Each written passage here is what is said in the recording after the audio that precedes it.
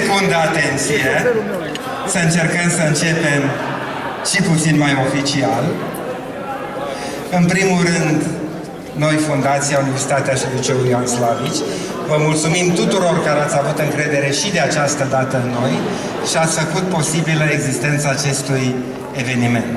Într-adevăr, în sală sunt și liceeni, să-i vedem, nu prea mulți, Liceul Ioan Slavici. Foarte puțini și timizi, mai mult profesori, haideți! Acolo.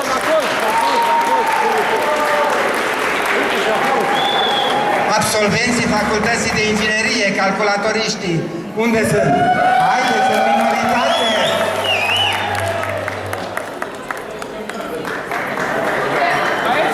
Proaspeții absolvenți ai masterului, avem reprezentanți. Puțin de bun, nu-i auzim. Haideți, mai încuraj! Da, și în fine, de fiecare dată, majoritatea sunt absolvenții Facultății de Științe Economice, unde sunt haideți!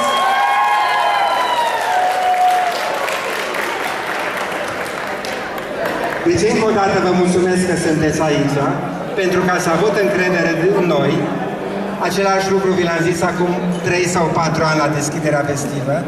Sperăm că am justificat încrederea în noi, că am edificat o societate, o fundație, un colectiv, un spirit slavici, caracterizat prin demnitate, decență.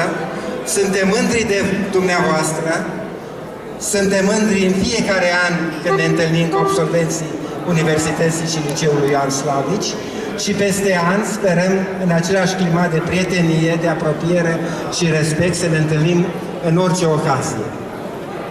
De fiecare dată ne întâlnim cu absolvenții noștri de care suntem mândri, fie că sunt în Primăria Timișoara, Direcția Financiară, întreprinderi de vârf, high technology, alte societăți din Europa, ne fac cinste și sperăm că același lucru să se întâmple și cu dumneavoastră.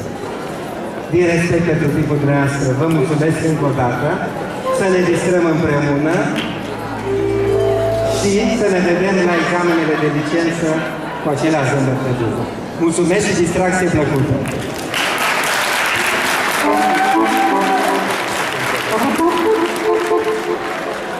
Dintre absolvenții cu care ne mândrim în fiecare an, avem și artiști.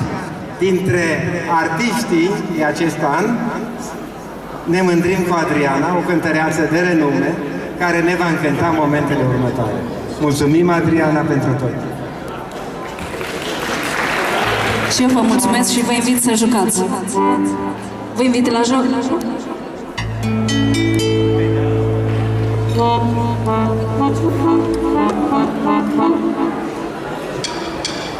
Zice.